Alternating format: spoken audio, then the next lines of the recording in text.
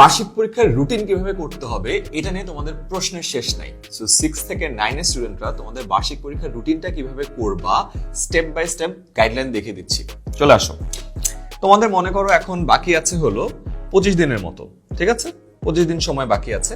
ধরে নিচ্ছি তোমরা প্রতিদিন অ্যাটলিস্ট 2টা স্লটে পড়াশোনা করো এবং প্রতি স্লটে 1 থেকে 3 ঘন্টা।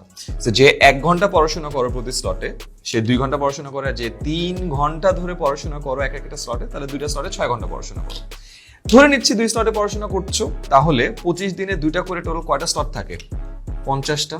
এখন তুমি 50টা স্লটকে তোমার যে 10টা সাবজেক্ট আছে 10টা সাবজেক্টে যদি তুমি ভাগ করো, তাহলে প্রতিটা সাবজেক্টের জন্য পাচ্ছ 5টা করে স্লট। এটুকু তো বুঝতে পারছো, রাইট?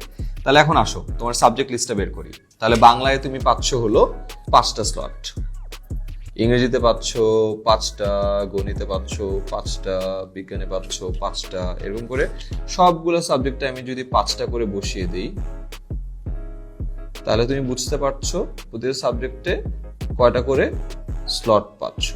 আচ্ছা, এখন তোমার তো সব সাবজেক্টের দুর্বলতা সেম না। মনে করো কেউ একজন স্বাস্থ্য সুরক্ষা অনেক ভালো করে পড়ে রাখছো, বাট ইংরেজির অবস্থা খারাপ, তখন কি করবা?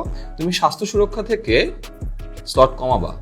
তুমি স্বাস্থ্য সুরক্ষায় মেবি 3টা স্লট রাখলাম, আর এই যে 2টা স্লট সেভ করলা, এটা ইংরেজিতে বসায় দিবা। ইংরেজিতে 5টার সাথে 2টা অ্যাড হয়ে 7টা হইলো। আবার মনে করো কেউ জীবন জীবিকায় অনেক ভালো, তোমার 5টা স্লট দরকার নাই, তুমি এখানে 4টা স্লট দিয়ে করে ফেলতে পারবা।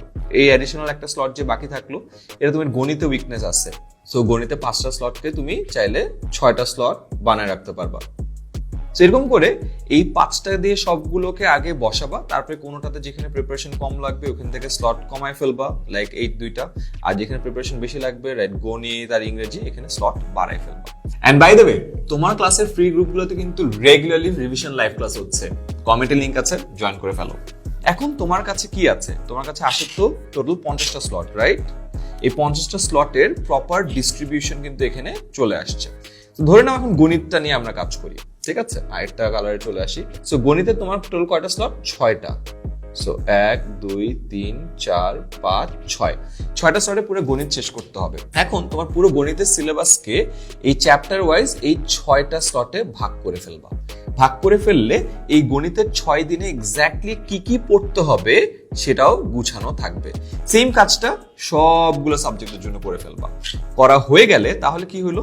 তোমার এই 25 দিন সময়ে যেটা আছে 50টা স্লটের কোন দিন কোন সাবজেক্টের কি পড়তে হবে তার একটা ডিটেইল ব্রেকডাউন কিন্তু তোমার হাতে চলে আসে। এরপরে কাজ হলো নেক্সট 25 দিন ওই স্লট প্ল্যান অনুযায়ী প্রপারলি পড়াশোনা করা।